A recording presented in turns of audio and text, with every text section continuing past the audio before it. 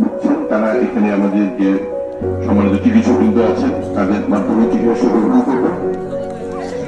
মানবিক একটি অনুষ্ঠান, এই অনুষ্ঠান